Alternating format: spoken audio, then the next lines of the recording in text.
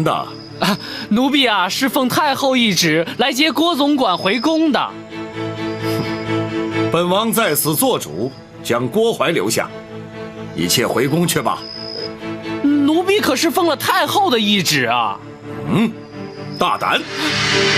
这奴才竟然顶撞本王！奴婢不敢，只是回去接不回郭总管，无法向太后交旨啊。好，本王就让你回去有个交代。展护卫，先皇御赐金简在此，所到之处，有如先皇亲临。万岁万岁万万岁！本王在此待先皇降诏，郭槐留在开封府听审，不得阻挠。奴婢遵旨。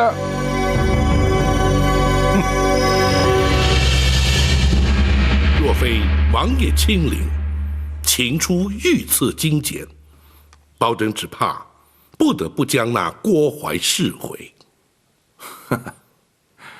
包大人总算有用得着本王的时候了。包拯不敢。刘太后必定不肯善罢甘休，甚至会惊动皇上。嗨，不妨事。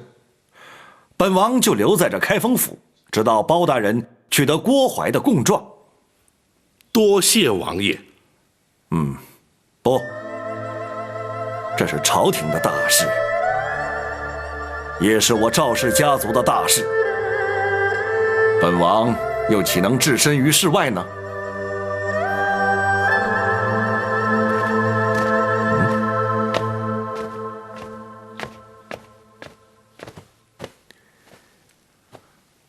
启禀大人，学生已经全部安排妥当了。好，请王爷与陈公公在厅中稍坐，包拯这便就取那郭槐的供状。包大人打算？王爷，包大人打算夜审郭槐。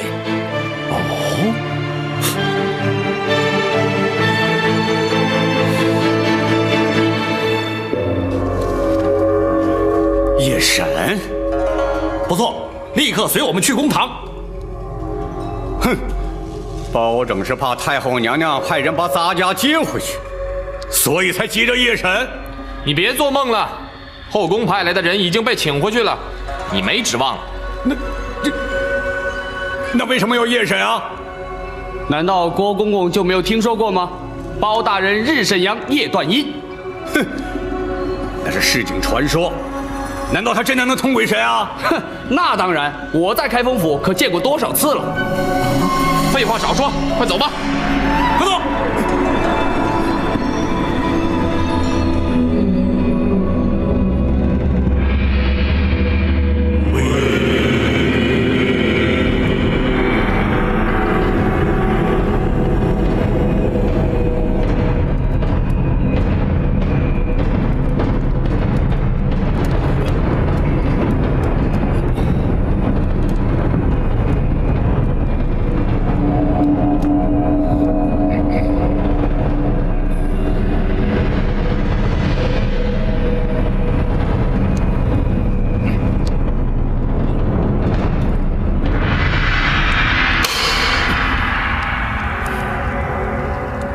郭槐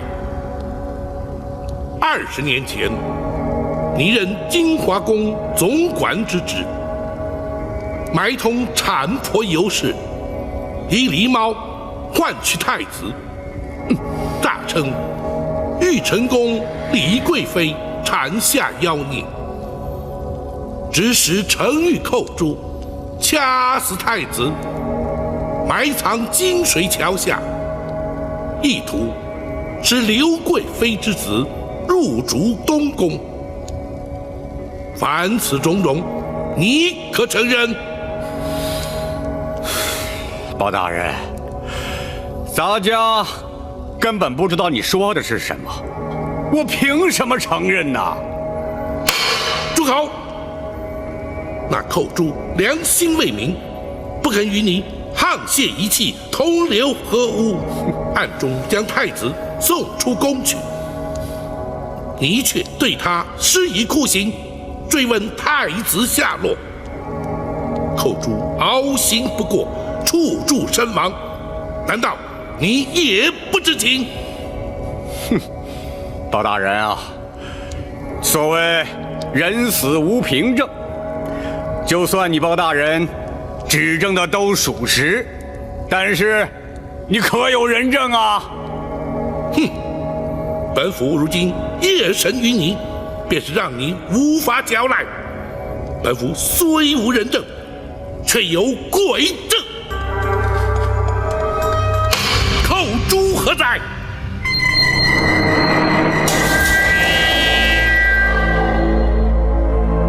冤魂寇珠叩见包大人。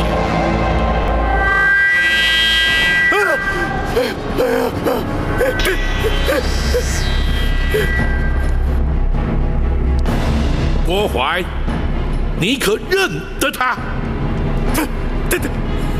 他那是寇珠啊！不，他不是寇珠，寇珠已经死了。他一定不是寇珠。哼，是与不是，待本府问过之后，你自会明了。寇珠在。当年那郭淮是如何要你将太子谋害，又是如何对你严刑逼供，逼问太子下落？你且一一说来。是。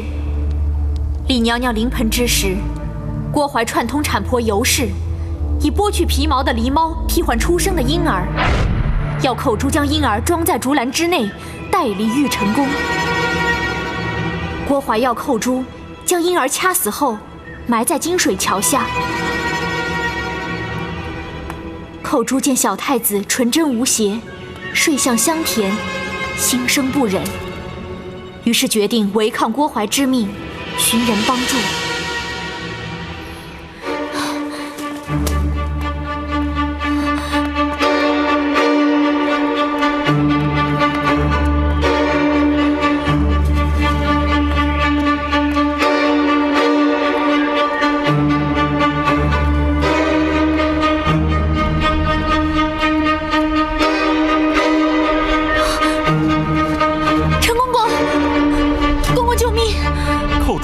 当时你可是将小太子交与陈琳带出宫去？是。寇珠向郭淮谎称已听命将婴儿埋葬，郭淮没有怀疑，并未追究。郭淮，你可有话说？是，他一定是听陈琳说的，他才真的不是寇珠啊！陈琳向他来作为证的啊！你且继续听下去。寇珠，既然那郭淮并未追究，却又为何在对你施以酷刑，追问小婴儿的下落？回包大人，李娘娘被打入冷宫之后，寇珠明知她是遭郭淮陷害，却不敢明说，更不敢透露小太子的情形。你为何不说？寇珠唯恐说出实情，小太子假死，会被郭淮发现。你说下去。寇珠只能偷入冷宫，对李娘娘言语安慰，谁知竟被郭淮得知。寇珠虽搪塞其词，郭淮却对小太子之事起了疑心。然后呢？郭淮逼问尸骸埋藏之处，寇珠只得胡乱指点。郭淮竟派人将金水桥下遍地挖掘，遍寻不着之后，便对寇珠严刑逼问。寇珠谎称慌乱之中记忆不清，郭淮不予置信，继续用刑。寇珠唯恐受刑不过，说出太子下落，只得撞柱身亡，以死明志，让他们误认寇珠所言事实。这件事情，你怎么会知道啊？抽在我身上的鞭痕犹在，我撞柱身亡的血迹未干。你虽然派人刷洗金华宫的殿柱，却洗不尽你心中的梦魇。如今，寇珠要借包大人夜审阴司之变，向你索命，以及我20多年的心头之恨。郭淮，还我命来！别过来！别过来！别过来啊！还我命来！郭淮，包大人啊，你寇珠，阴阳末路，人鬼殊途，你不可接近生人。包大人，寇珠要将郭淮带到阴间，交由阎王处置。不，那郭淮既在人世，就该由阳间的律法制裁。郭淮，包大人，你可先不让他过来呀！啊！制裁寇珠所言，你可认罪？认，我承认啊，可那些事情都是刘娘娘的主意啊。是否如此？本府自会追查。既然你已认罪，公孙先生，学生在，让他画押。是。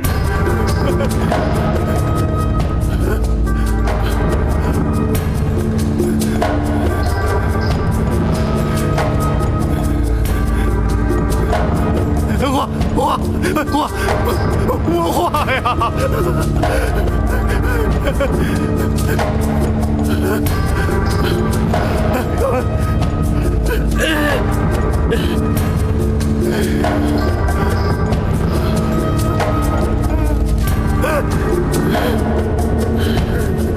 来人呐！在。将郭淮还押大牢，听候宣判。是。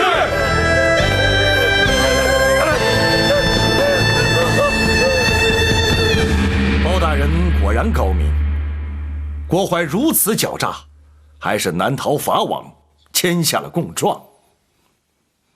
惭愧，包拯向来不信鬼神之说，如今却要假借鬼神之名，让那郭淮认罪伏法。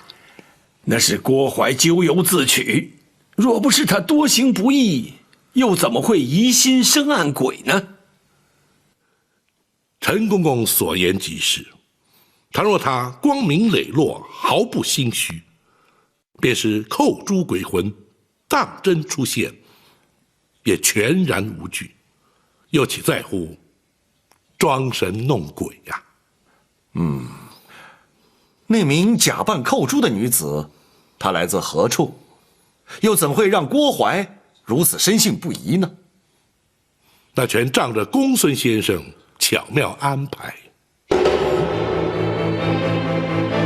回王爷，学生是由京城幽人戏子中挑选一名颜貌体态与寇珠较为相似之女子，再根据当年仵作验尸单所描述的，为她稍作易容装扮，并以假血涂面。那又怎么能让那郭淮认不出来呢？学生事先安排，命牢头送酒菜给郭淮。大人夜审之时，郭淮已有5分酒意。同时，学生并令牢头宣称，大人有日审阳、夜断阴之能。再加上公堂之上昏暗不明，那郭淮心中忐忑之际，自是无法辨认。话虽如此，一旦言语交锋，旧事重提，那女子又如何应付？王爷，那就非奴婢不可了。哦，你也参与其中？奴婢将当年寇珠所言一一转述给那女子，并提示寇珠的言谈举止，让那女子学习。郭淮又岂能分辨呢？若不如此，郭淮不会轻易落入圈套。他万万没有想到，寇珠在受刑自尽之前，会与陈公公通过信息。如今有了郭淮的共振，咱们就立刻进宫面圣吧。王爷不急着进宫，倘若包拯所料不差，皇上应该很快就会主动宣召。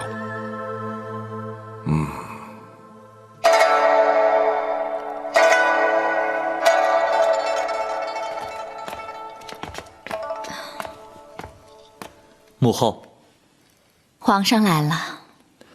母后夜半不眠，命人召儿臣来，是为了……其实也没什么，哀家睡不着，想看看你。那安神露不是可以助眠吗？母后何不服用？八王爷不是说喝多了对身体不好吗？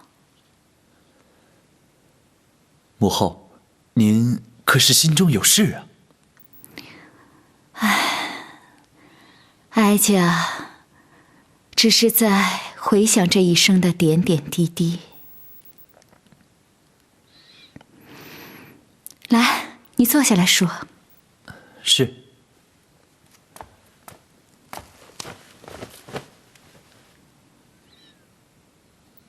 哀家14岁，以才女之名被选进宫来，和后宫所有被选来的女子一样，过着宫墙内与世隔绝的日子。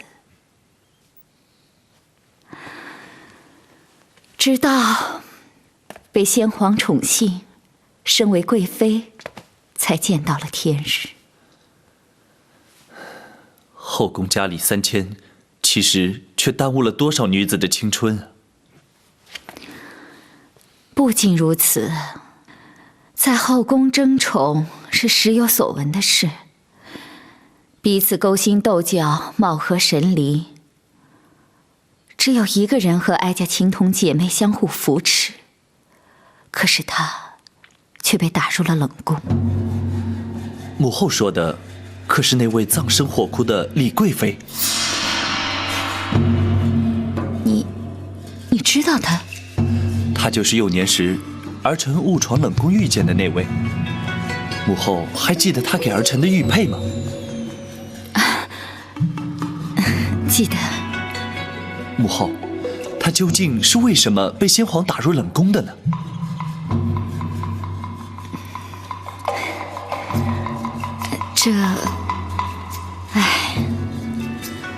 在后宫，一旦失宠，可以有千百种的理由。母后说的不错，所以儿臣才要郭淮废除冷宫，重修宫院。无论如何，母后要比他幸运的多了。不错，陈皇后去世之后，母以子贵，哀家被先皇立为皇后。可是太子却在6岁那年不幸染病身亡。母后不要难过，母后虽经丧子之痛，可是还有儿臣孝敬。如今贵为大宋朝的皇太后，那些不愉快的日子是不会再来了。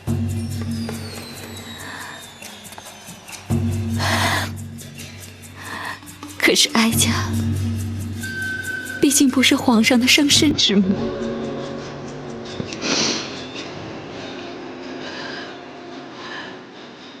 哀家最担心的是，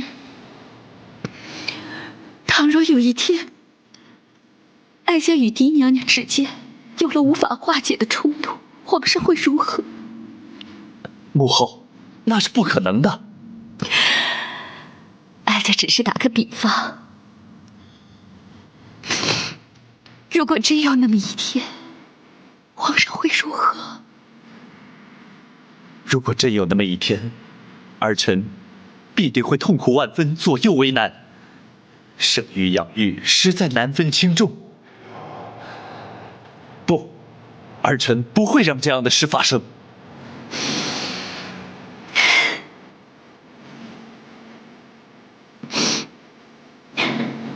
有皇上这句话，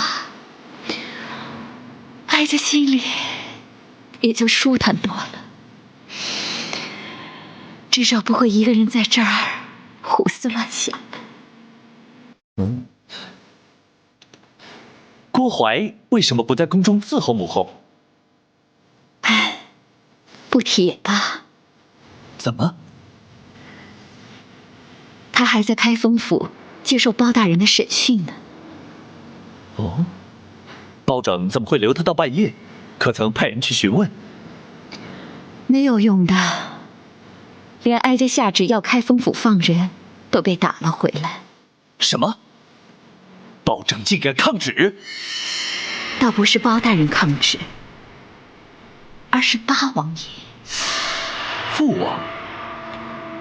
父王去开封府干嘛？八王爷不但在开封府，而且以先皇御赐金简挡回了哀家的旨意。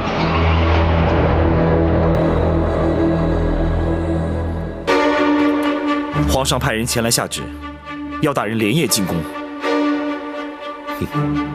果不其然，展护卫，皇上只宣包大人一人进宫。回王爷，正是。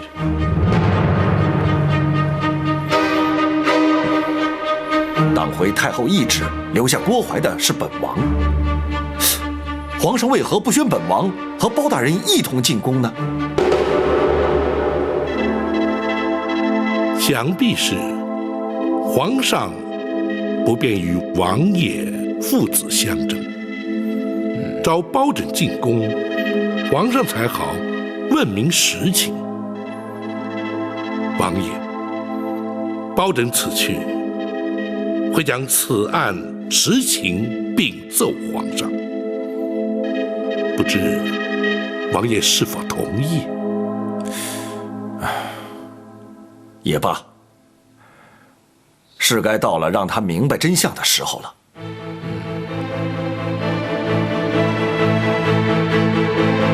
好吧，本王立刻回府，若有需要，本王立刻进宫。多谢王爷。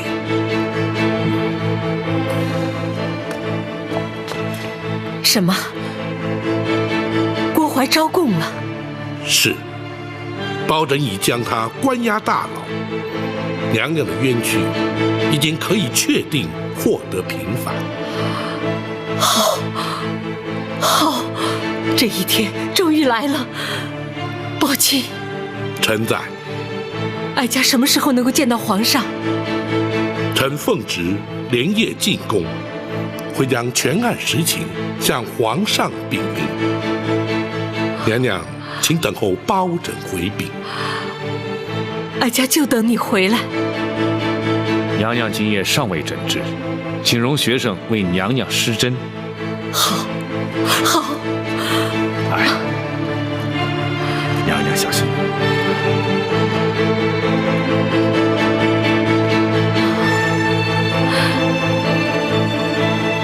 哀家真希望眼睛能够立刻复明，亲眼看见皇上。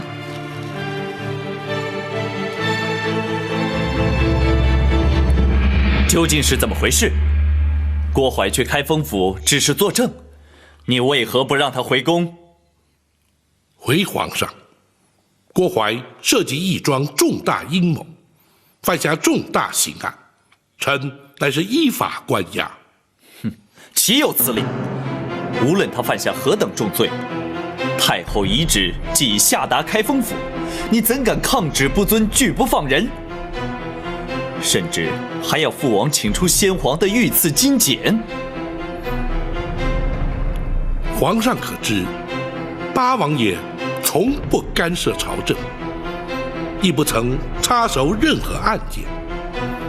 先皇御赐金简，更从未请出动用。朕当然知道，能让八王爷请出御赐金简，绝非一般刑案。更何况，此案还与八王爷自身有关。什么？与父王有关？郭槐所涉之案，关乎后宫争斗、皇室密信，故而八王爷必须出面，保证不敢放人。竟有此事！郭槐供状在此，请皇上御允了。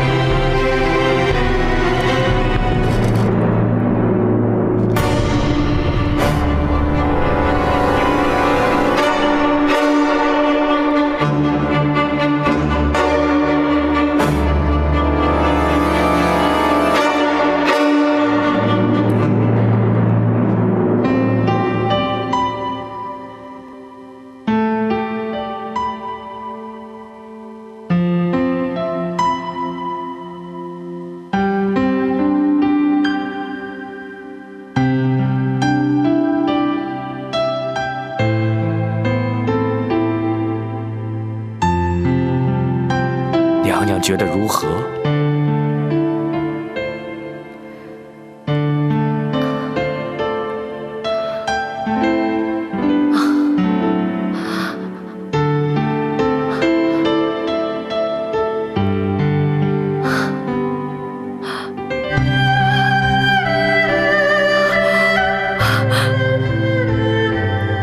我看见了，我看见了。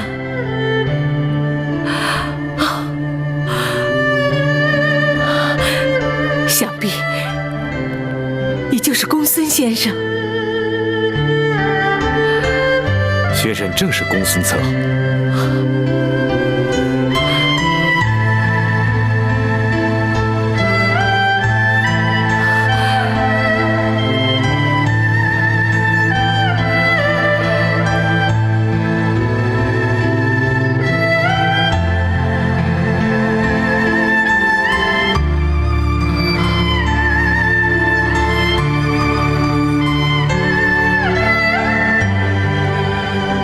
想必你就是展护卫。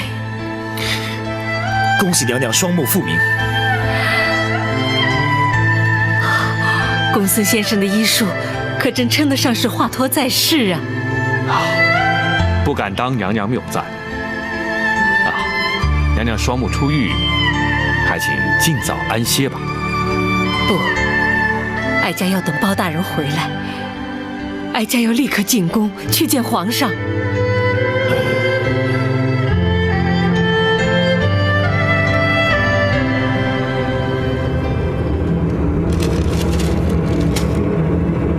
包拯，这供状之上所言可是真的？回皇上，千真万确。那郭槐所作所为，正与太后有关。臣敢请皇上屏退左右。你们都退下。遵旨。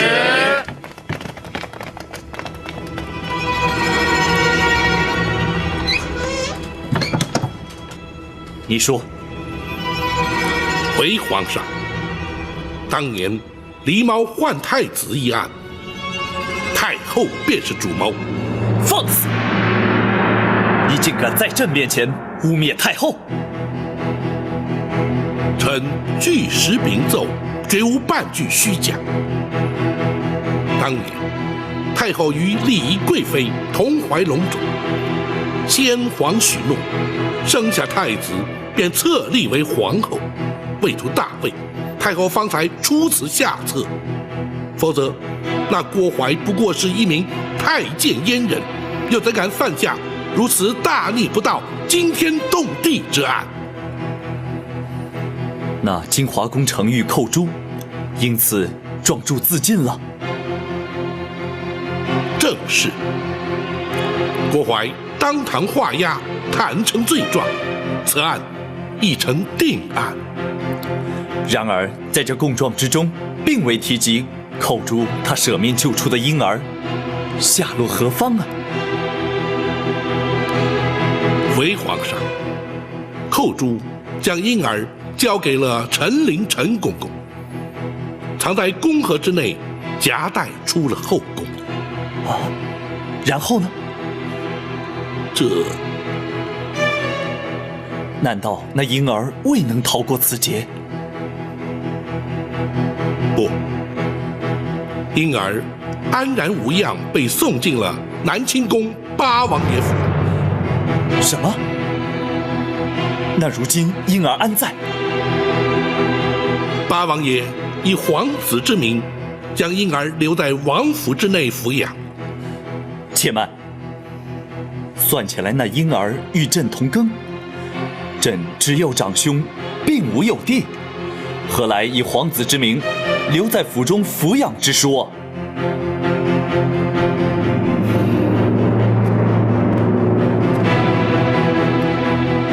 臣斗胆，那历劫重生的婴儿，正是皇上。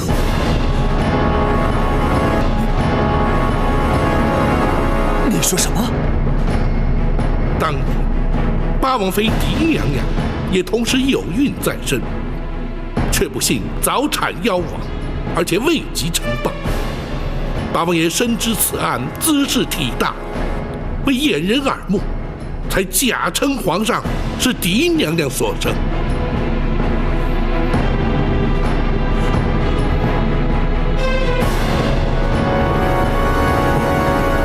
不可能！朕分明是父王亲自选入宫中，立为太子的。包拯，此事非同小可，你不可胡言乱语。臣绝不敢胡言。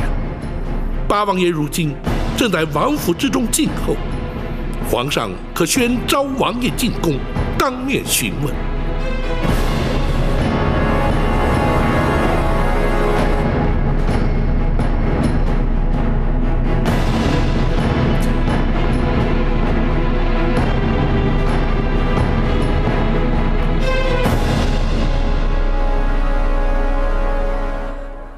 如此说来，朕幼年之时在冷宫遇见的那位娘娘，竟然是朕的生母。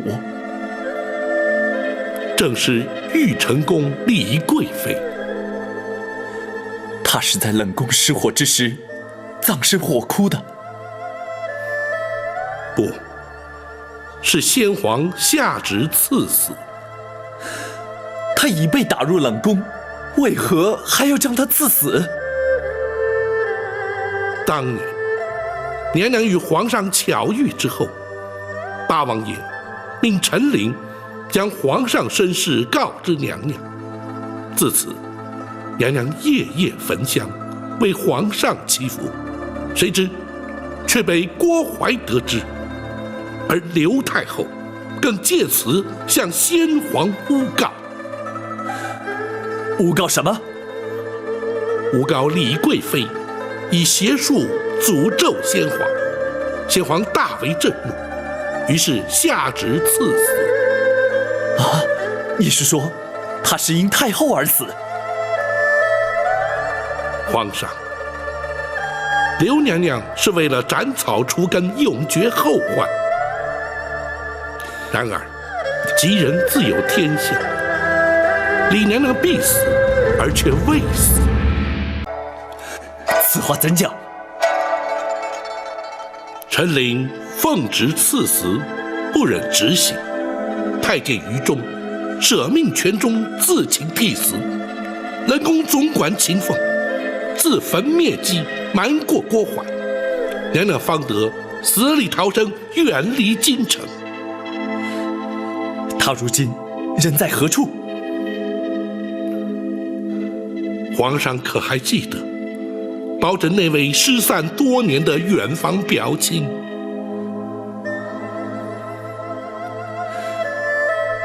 你是说，朕在仁寿宫遇见的那位老夫人？皇上，那位双目失明的老夫人，正是当年的丽仪贵妃，皇上的生身之母。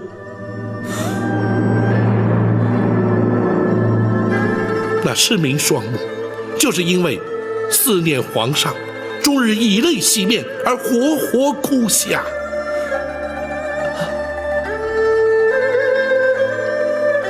如今，皇上对当年狸猫换太子一案的前因后果均已明了，臣恳请皇上下旨，追究刘娘娘之罪，迎李娘娘进宫。包拯，你李娘娘如今正在府衙之中翘首等候包拯回禀。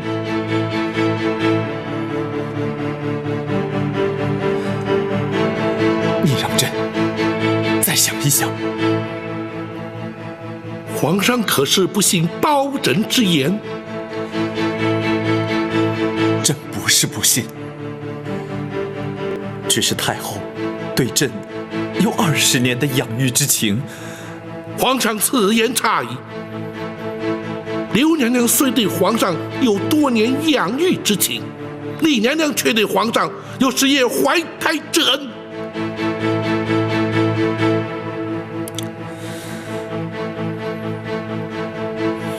包拯，郭槐所犯罪行，你尽可依法惩处。我皇家之事，你就不要再插手管了。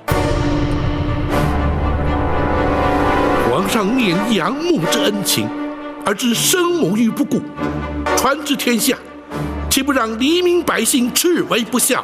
包拯天威人臣，又岂能不闻不问？住口！包拯，你不过是小小的开封府尹，是谁给你如此大的权限？朕不让你管，你就不准再管。来人呐！在。将包拯轰出宫去。遵旨。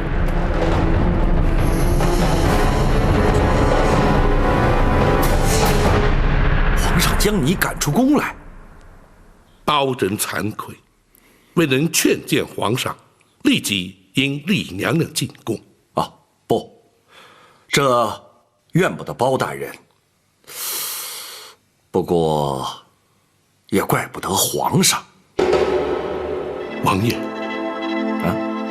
乍闻身世之谜，任何人都无法承受。给皇上一点时间，他会想明白的。倘若皇上所想不如王爷预期，又当如何？届时，本王自会出面。如今却难在如何面对李娘娘了。谁也无法面对。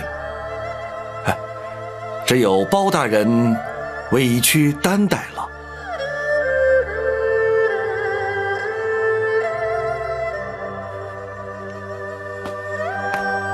大人已将全案禀奏皇上了。郭槐可由本府依法处断。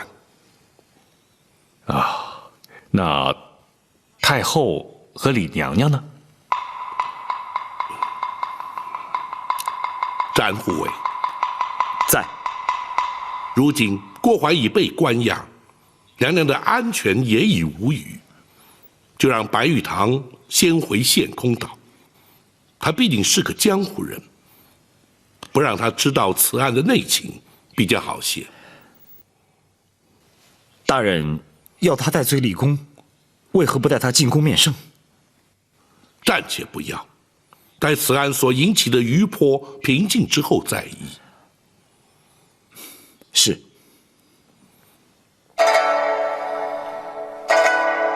啊，大人，皇上对此案可是另有看法。公孙先生果然心思缜密，本府就知，绝对瞒你不过。皇上的确对是否追究太后之罪，是否立刻引李娘娘进宫，尚有所犹疑。皇上怎可如此？既然已知娘娘身份，就该立刻接她进宫，善尽仁子之道。无论任何原因拖延，就是不孝。皇上难道不明白这个道理吗？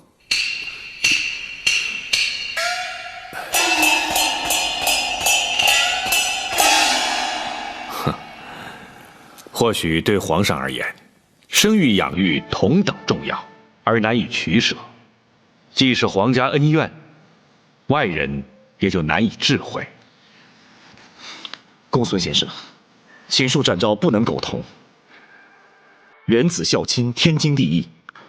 无论是皇上或是平民百姓，岂能有所不同？倘若身为皇上便能不遵孝道，又将如何教化万民？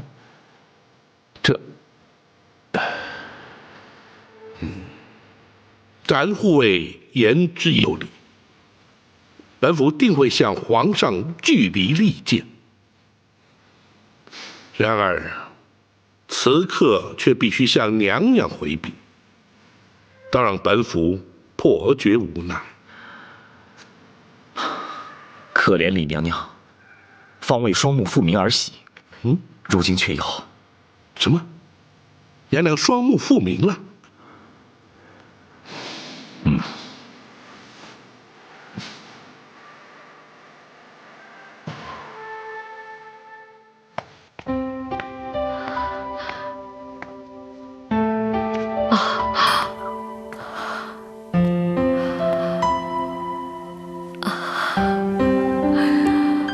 宝琴的形象面貌与哀家心中想象的很是接近。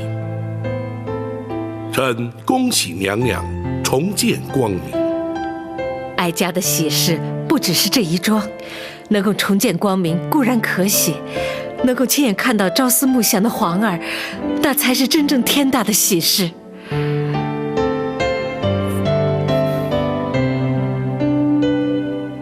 宝琴，臣在。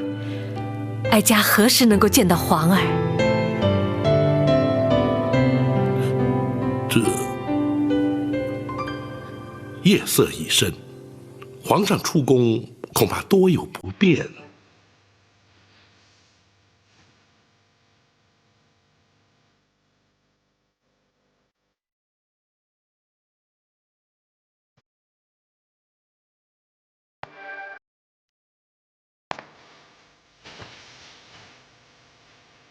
那好，既然皇上不便出宫，那你带哀家进宫如何？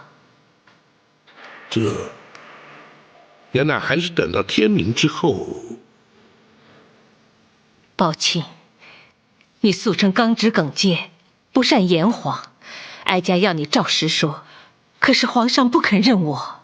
不，皇上绝无此意，娘娘万勿误会。既然皇上肯认我，以人之常情，他就该立刻前来见我，为何还要拖延？娘娘，皇上从来没对自己的身世怀疑过，如今突然发现真相竟是如此，必定会矛盾不安，所以……好了，公孙先生，你不必安慰哀家，哀家心中明白。哀家已经累了，你们都回去歇着吧。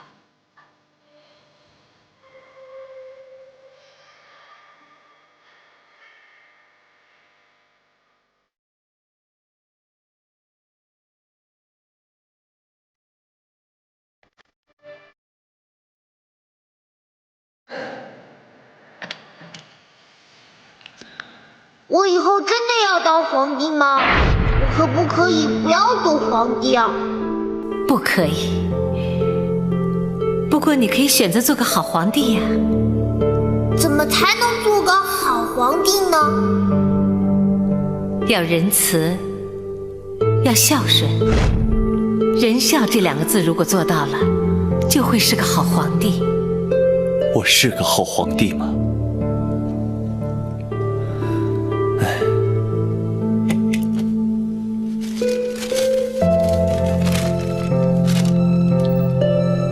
如果真有那么一天，皇上会如何？如果真有那么一天，儿臣必定会痛苦万分，左右为难。生育养育，实在难分轻重。不，儿臣不会让这样的事情发生的。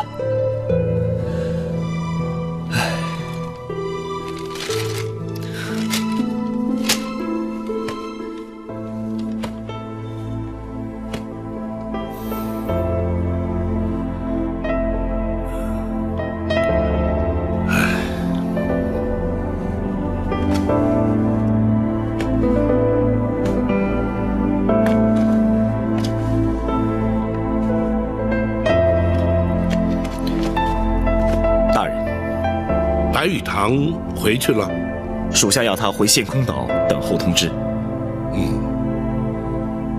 娘娘可曾安歇？没有，娘娘枯坐房中，不言不动。难为她了。大人，展昭有一言，不吐不快。你说。娘娘历经千辛万苦，忍受无比煎熬，如今总算可以平反，皇上却多有顾忌。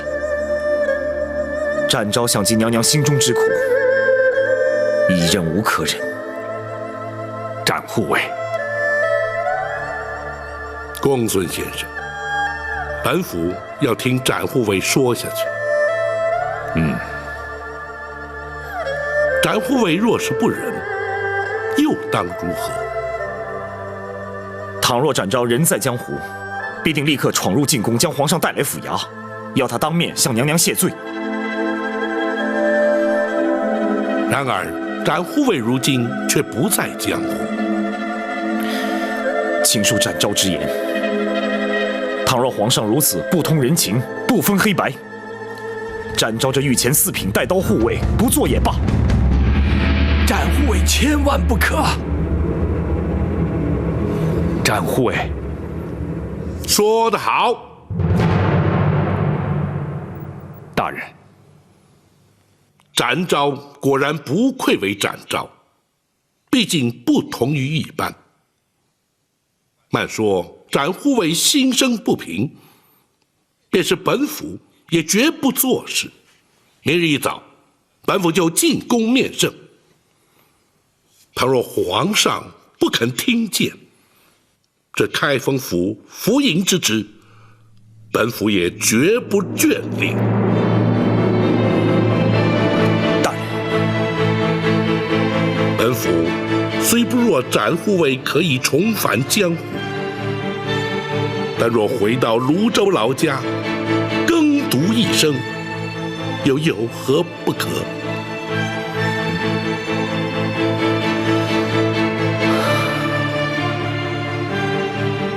大人，兹事体大，还请大人三思。公孙先生，我辈读书之人，入世所谓何来？若不能分清黑白，据理力争，又如何整生民于水火，解百姓于倒悬？今日不能为娘娘平反，明日又如何为百姓洗冤？与其谈高官厚禄，而唯唯诺诺，尸位素餐，不宁求公理正义，而轰轰烈烈，青史留名。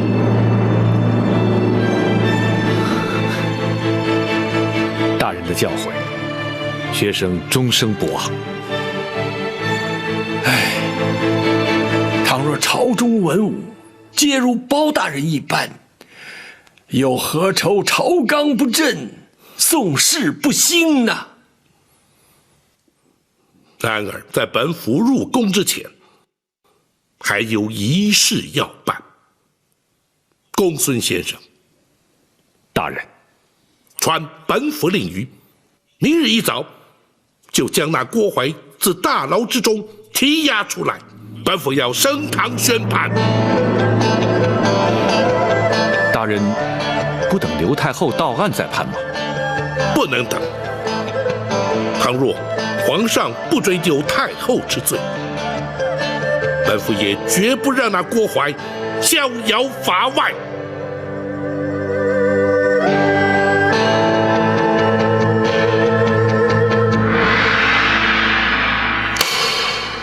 当下听判，郭槐，你身为内侍，就该安分守己，你却为了迎合主上，挑起后宫争斗，勾结产婆尤氏，犯下滔天大罪，逼死程昱后主，企图掩饰罪行。本府以大宋律例判你扎刀之刑。来人呐！在。糊涂的伺候。是。保证，咱家是后宫总管，你不准杀我！本府奉旨将你依法惩处，怎会无权？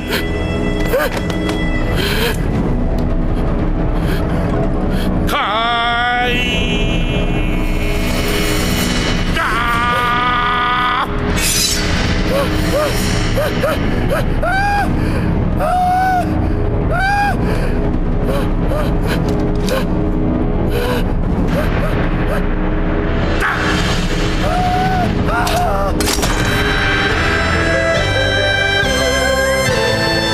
你杀了郭槐。回皇上，郭槐罪不可赦，臣是依法而行。你是生怕朕不再追究太后之罪，会连郭槐也或免刑，才速审速决，将他正法。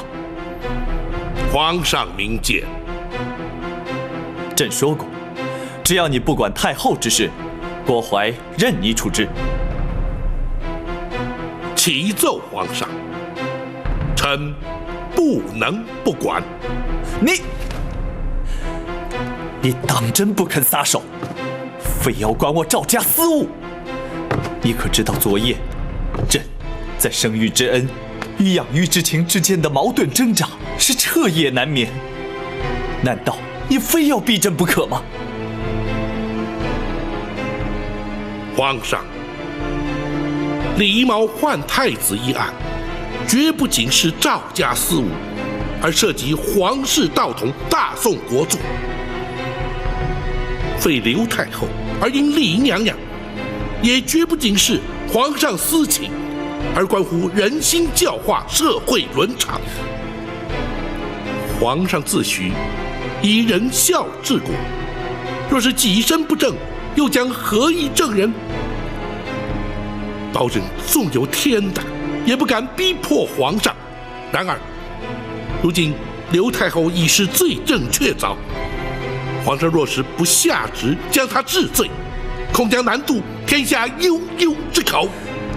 包拯，难道你就不怕朕革了你的官职？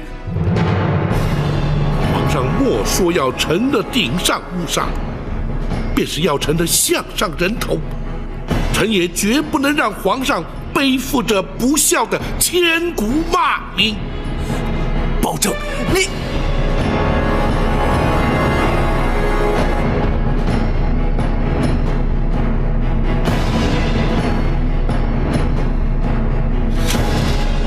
郭槐全招供了。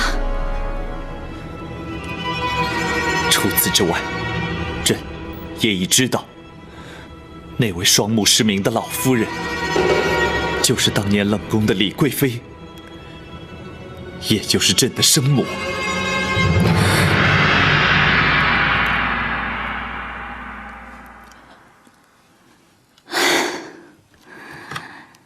30年的梦魇，毕竟还是应验了。你为何要这么做？他先生了太子，先皇就立她为皇后，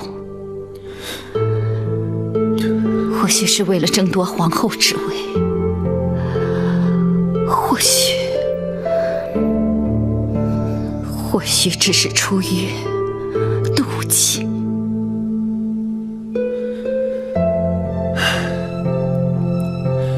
他是你在宫中唯一情同姐妹、互相扶持之人，你为何要妒忌于他？勾心斗角、争权夺利，在后宫不足为奇。眼里看的是这些，学的也是这些。你是皇帝，永远也无法明白权势有多重要。朕的确不明白，可是朕却明白做人之理。若不能诚心诚意与人交往，若终日必须尔虞我诈，纵有权势又有何用呢？就因你当初一念之贪，夺去了多少条性命？20年来，朕一直把你视为身生之母，如今你却让朕陷入天人交战的两难之境。你要朕如何抉择？你又将如何自处？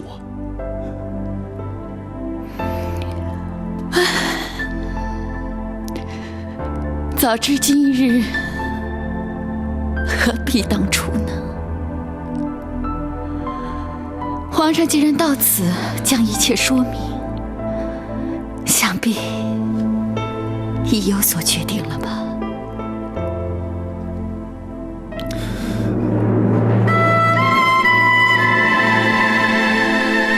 儿臣叩谢母后20年的养育之恩。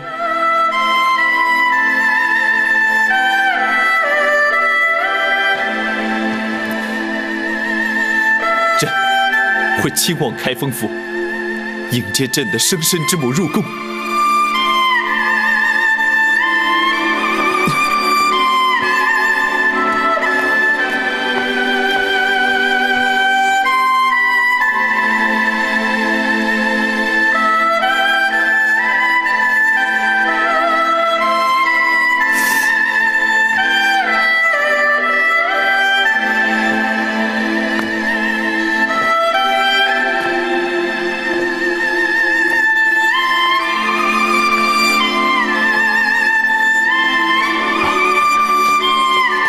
皇上，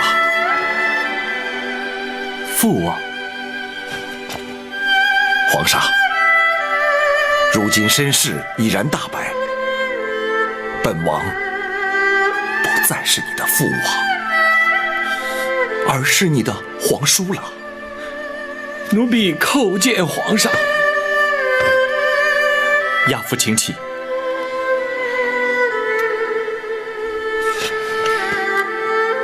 奴婢唯恐皇上不满包大人言辞顶撞而降罪，故而自作主张将王爷请来，还请皇上恕罪。包拯直言敢谏，朕并没有怪罪于他。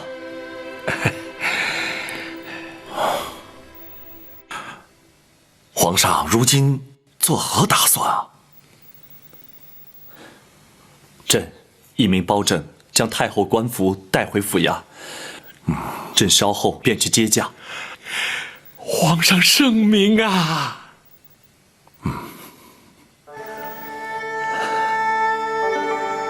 父王，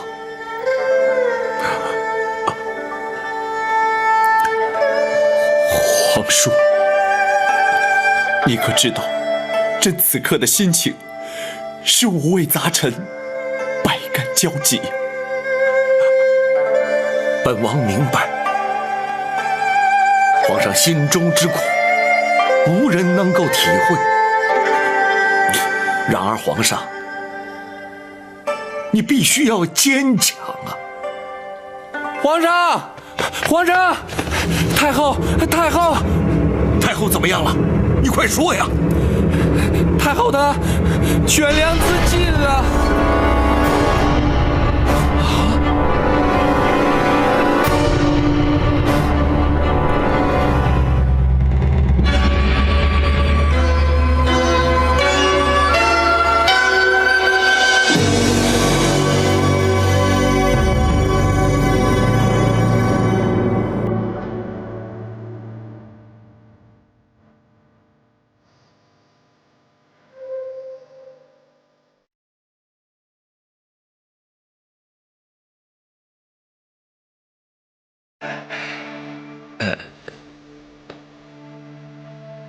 娘娘，圣驾已在厅中等候，还请娘娘尽快更衣呀。陈公公，一定要哀家更衣吗？奴婢不敢。可是皇上来接娘娘进宫，娘娘换上太后服饰，才合后宫礼仪呀。战护卫，展昭在。你说哀家该不该换？娘娘心中虽对皇上不满，但如今既已拨云见日，娘娘思念多年，终于如愿以偿。展昭以为，是否更衣换装并不重要，娘娘去见皇上，却是势在必行。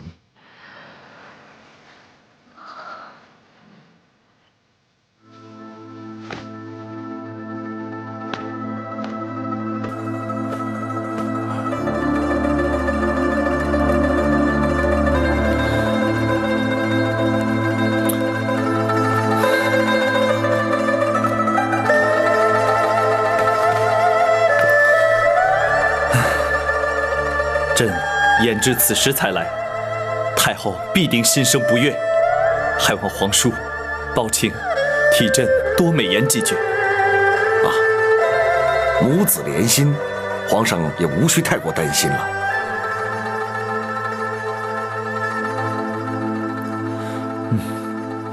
抱歉。皇上，秦恕包拯不敢过问皇家事务。你，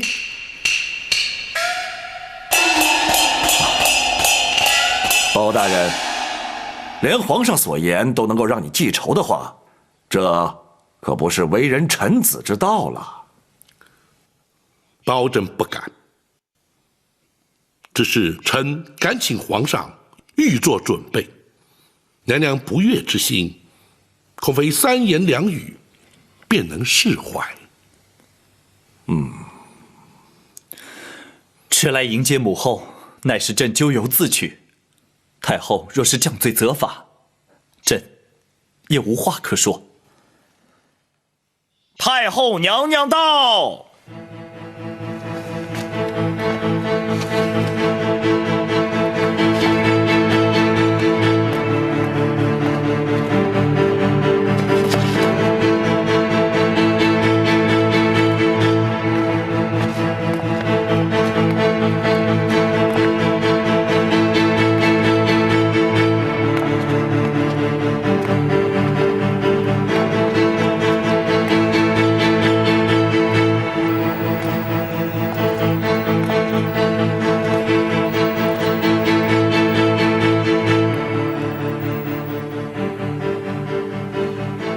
陈琳，先扶娘娘坐下，有什么话慢慢说。是。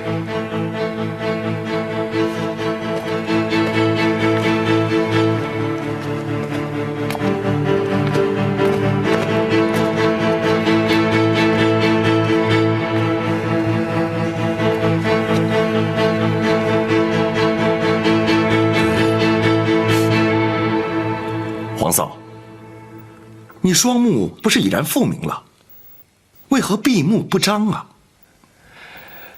皇上，娘娘不肯更衣换装，奴婢实在没有办法呀。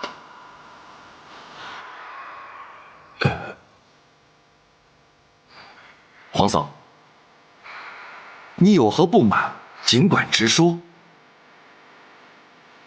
别让皇上尴尬，也免得让大家为难呐。八贤王，并非老身有意刁难。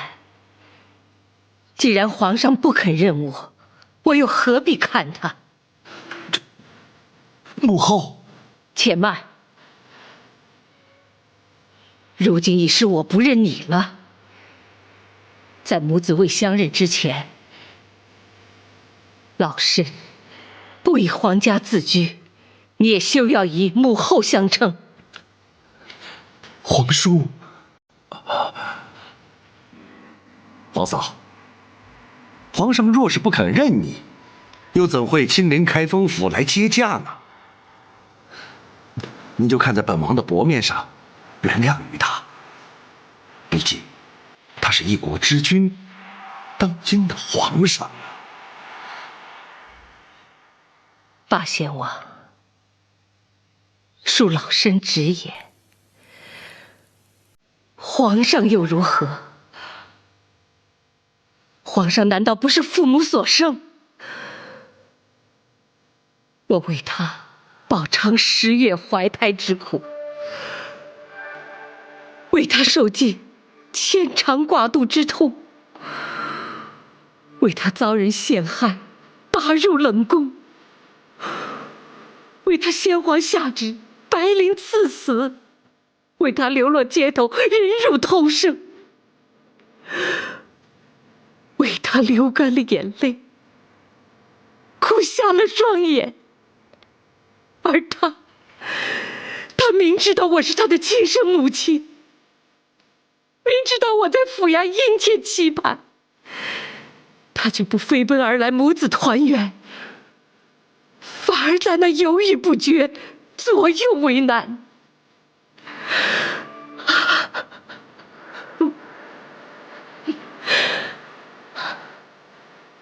此情此景，怎能不叫人痛心疾首？老身又怎么能够原谅他呢？儿臣该死，让母后饱受折磨，儿臣罪该万死。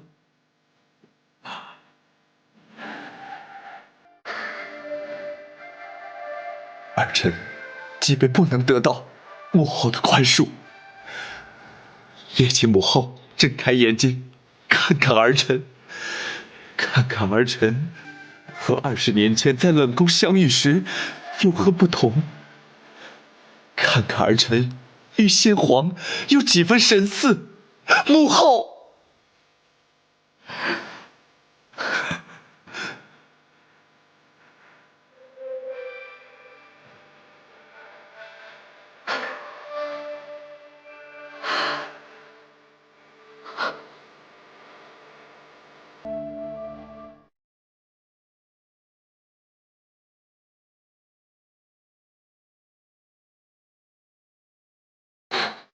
母后，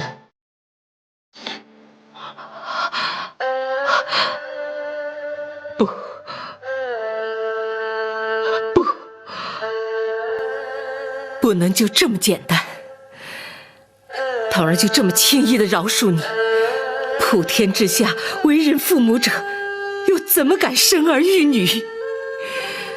这人伦二字，岂非荡然无存？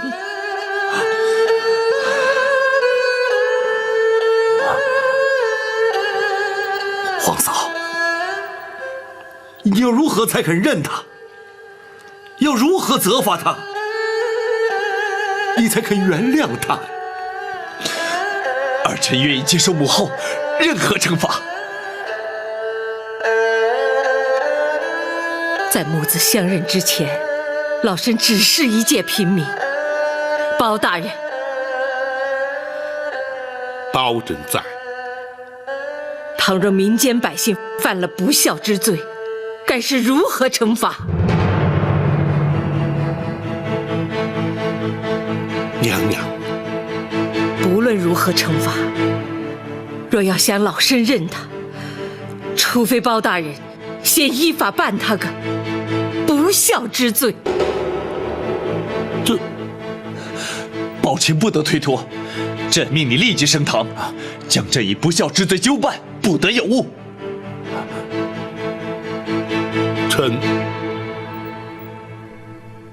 臣遵旨。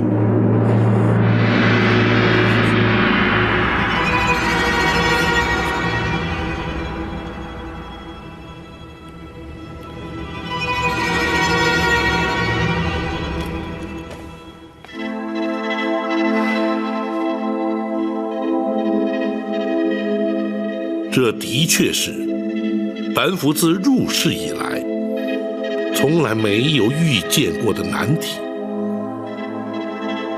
也是自古以来从未出现过的情景。大人真的无法推辞吗？无法推辞。如今这控子不孝之案，本府已是奉旨升堂，不能不办。太后是原告，皇上是被告。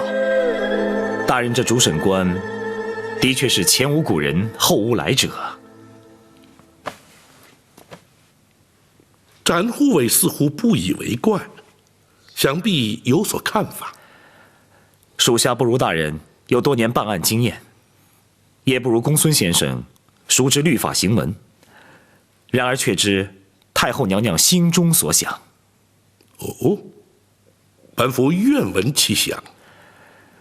娘娘与天下为人母者并无不同，口中要办皇上不孝之罪，心中却必定舍不得。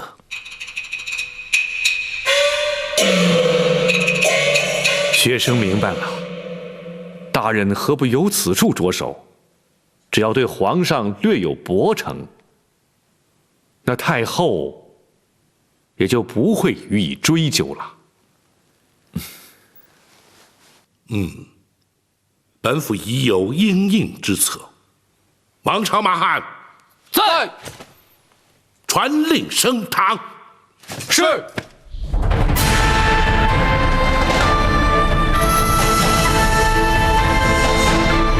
开封府福营包拯叩见皇上。平身。谢皇上。叩见娘娘王爷。包大人请起。谢娘娘。来人呐！在。升堂。是。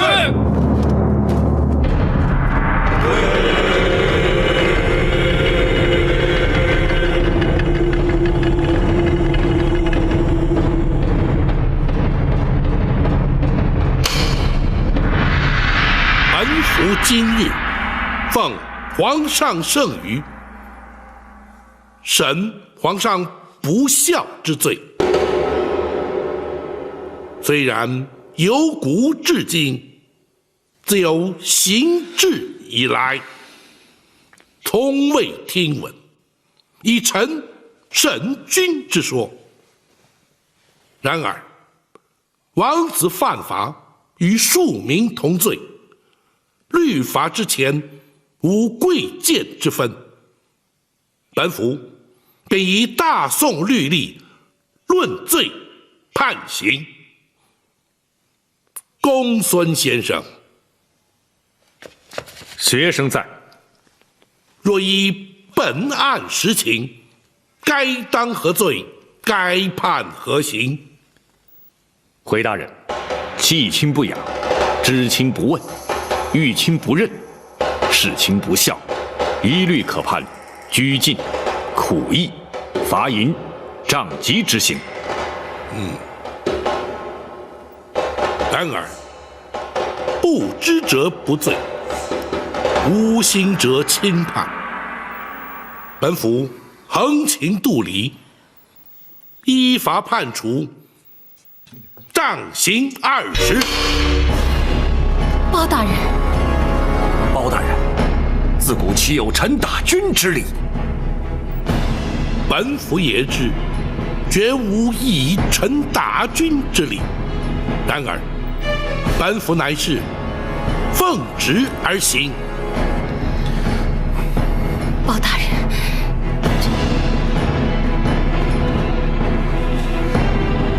皇上，无妨，包卿，你就依法行刑吧。臣遵旨。来人呐！在。为皇上宽衣脱袍。是。不动！丢脸！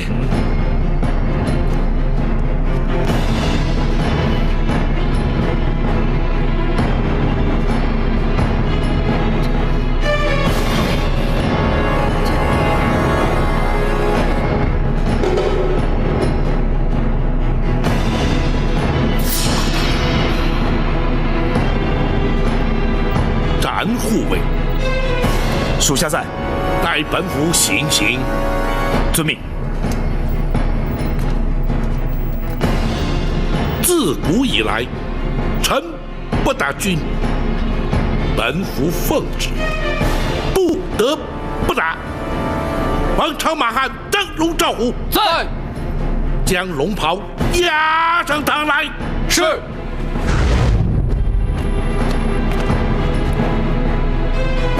如今，本府仗打龙袍，如同打军。行刑！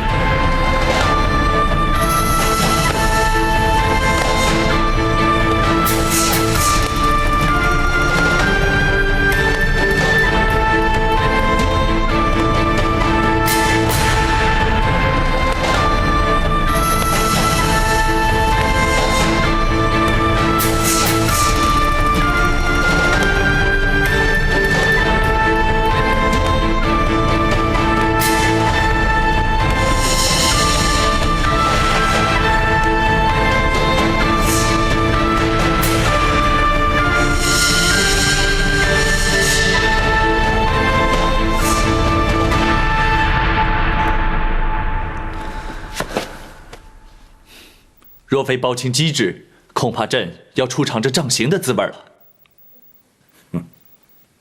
臣万万不敢。皇上，白玉堂入宫盗佩，只是一时冲动，如今他已经将功补过，还请皇上特赦免罚。那是当然，太后与亚父受他保护，足以将功折罪。谢皇上。如今幸得母后相认，其实真正该赎罪的，应该是朕。回宫之后，朕立刻下诏罪己，让天下臣民百姓以朕为戒，恪守孝道。好，皇上能以仁孝治国，是乃朝廷之幸，万民之福啊！还有那寇珠、秦凤和于忠，朕要为他们建碑立祠，以彰忠义之风。皇上圣明。